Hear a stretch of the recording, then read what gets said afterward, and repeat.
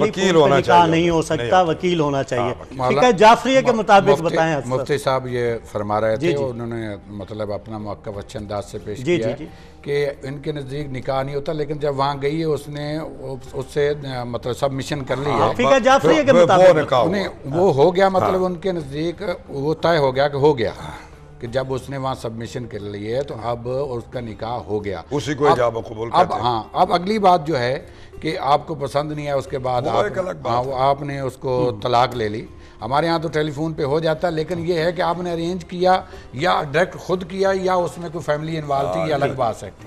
तो अगर आपने खुद भी किया है तो जब जाके सबमिशन होगी और वाकई जब औरत कह देती है ये मेरा शौहर है, हालांकि वो उसमें निकाह का कोई हमारे पास सबूत नहीं है, तो हम उसको निकाह मानते हैं। अब जब ये आपने उसको कबूल कर लिया, एक्सेप्ट कर लिया, उसके बाद आपने तलाक ले ली, खुला ले ली, हमारे नज़दीक उस खुला की कोई कीमत नहीं जब तक आदिल मतलब गवाहों की मौजूदगी में सीगे तलाक के जारी ना हो। अगर आपने खुला लिया है तो हमारे नज़दीक तो उससे तलाक लेना होगी, और अगर वो तलाक नहीं देता, आपको तंग करता है, तो फिर उसके लिए मुज्तहिद हमारा जो है उसको निकाह को फस कर सकता है, और निकाह फस्क हो जाएगा, कोई मसला। और हमारे यहाँ जो है वो अदालत फस्क कर सकती है। ठीक है, यहाँ दो चीज़ें समझ लग गई हैं कि फ़िक़्ह हनफी के मुताबिक टेलीफोन पे निकाह नहीं होता, और फ़िक़्ह हनफी के मुताबिक अदालत में अगर खुला हो जाए तो वो खुला समझी जाती है।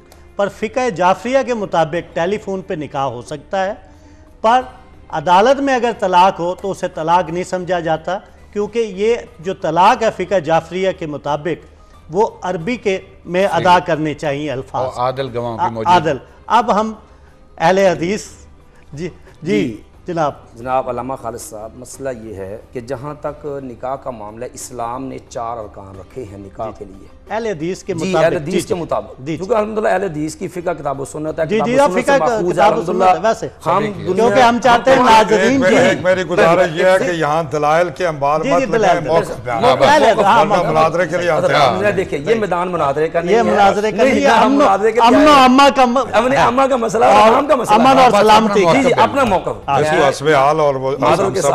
मेरा मकसद ना कोई तनकीद है, ना अल्लाह माफ करे कोई मुनाज़रा का। आपने मसला के मुताबिक राय दे। हाँ, शरी नुक्ता निगाह से कि इस्लाम के निगाह से अल्हम्दुलिल्लाह जिस नुक्ता नज़र हम कायल हैं, बिल्कुल वो इस है कि इस्लाम ने 4 चीज़ें, वली, गवाह, इजाब कबूल और महर।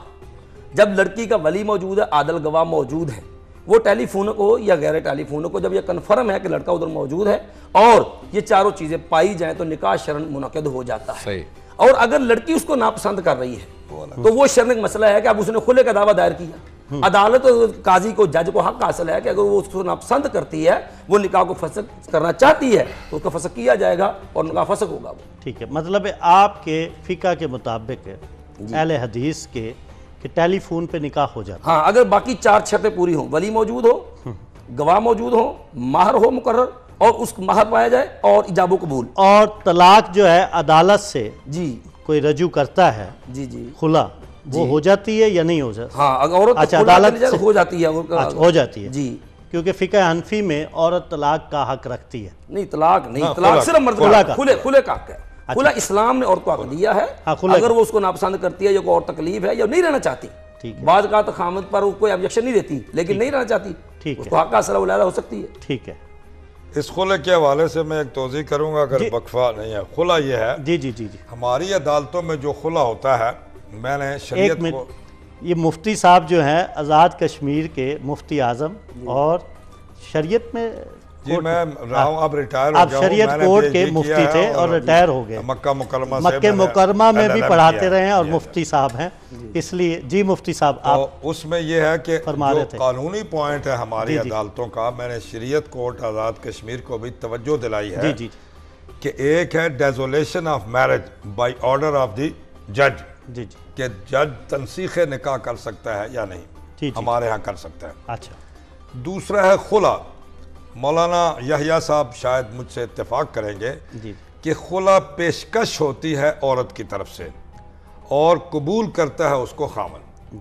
अलिफ कहती है कि मैं बे से तलाक लेना चाहती हूँ, मगर 20,000 रुपया दूंगी या जो मेरा महर है वो ना दे, वो कहता है मुझे कबूल है, इसको खुला कहते हैं। अदालत खुले का तयन नहीं कर सकती। हमारी अदालतों में जो फैसले हो रहे हैं ये गैर शरई फैसले हो रहे हैं।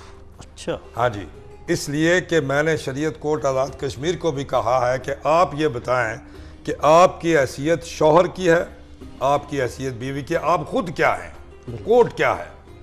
कोर्ट एट ए टाइम शौहर बनती है, एट ए टाइम वो बीवी बनती है, उसको ये हक हासिल नहीं है। अगर वो शौहर है तो वो बीवी नहीं, अगर बीवी है तो शौहर नहीं, अगर अदालत है तो ये दोनों नहीं। तो लिहाजा खुले की पेशकश करेगी बीवी और खामन जो है वो उसको कबूल करेगा। अगर खामन औरत ने दरख्वास्त में ये लिखा कि मुझे खुला की बुनियाद पर छोड़ो और खामन ने कहा कि मुझे कबूल है, तो इसमें कोर्ट के फैसले की भी ज़रूरत नहीं है, ख़त्म हो गया। किसे कोर्ट जो फैसला करती है वो होता है तनसीख का, और रिवाजन वो लिखते हैं कि खुले की बुनियाद पर फसक किया जाता है। और भाई खुला उसने कबूल ही नहीं किया, कबूल करता तो अपील क्यों करता वो। बस ये बात। एक मिनट है। हाँ जी, आप हमारे यहाँ जो है इसी तरह है कि खुला जो है वो जैसा कि वो अपना पेश करेगी कि मैं ये इस तरह हक देती हूँ और मुझे तलाक दे दे, वो इसी तरह ही है। कोर्ट में जैसा मुफ्ती साहब ने कहा ऐसे ही फैसले हो रहे हैं और गलत फैसले हो रहे हैं, इसलिए हमने उसको तस्लीम नहीं किया। हमारे यहाँ एक वली शरई होता है जिसको मुजतहिद कहते हैं, उसको इख्तियार होता है कि जब ऐसे मामलात आ जाएँ, उनका निकाह ना हो सकता हो तो फिर वो निकाह को फस कर सकता है। गोया इनके यहाँ मौलवी निकाह हो सकता है। खुला इस्लाम ने औरत को वलायत की हक दिया है। अगर वो खामद की कबूलियत पर खड़ा है, इसको औरत का खुले का हक तो खत्म हो गया। फिर खामद कहता मैं नहीं छोड़ता, वो तो बंद गई। इसीलिए तलाक का हक इस्लाम ने मर्द को दिया है, खुले का हक इस्लाम ने औरत को दिया है। इसलिए जो है वो लैदा हो सकती है, काजी का पेश करे अपना मामला। अगर वो नहीं खामद का मामला पूरा करता, जो उसकी जायज़ हाथ पूरी नहीं होती, फैसला दे दे काजी, खुला हो जाएगा वो। तो खुला अदालत फैसला करेगी तब होगा। पैसे फेंक कर वो चली जाएगी तो उसको तलाक नहीं होगी, वो 10,000 रुपया तलाक फेंक कर चली जाएगी। वक्त ख़त्म हो गया। नाजरीन, आज जो हमारा मौजू था वो तलाक का था। अगला मौजू भी हमारा तलाक पे होगा। देखते रहें इस्लाम टुडे। अपने मेज़बान अल्लामा सैयद खालिद आज़ाद को इजाज़त दें। आप हमें अपनी दुआओं में याद रखें, हम आपको अपनी दुआओं में याद रखेंगे। और उलमाए कराम का जो जय्यद उलमाए कराम आए हैं, हम A+ की तरफ से इनका शुक्रिया अदा करते हैं। खुदा हाफ़िज़।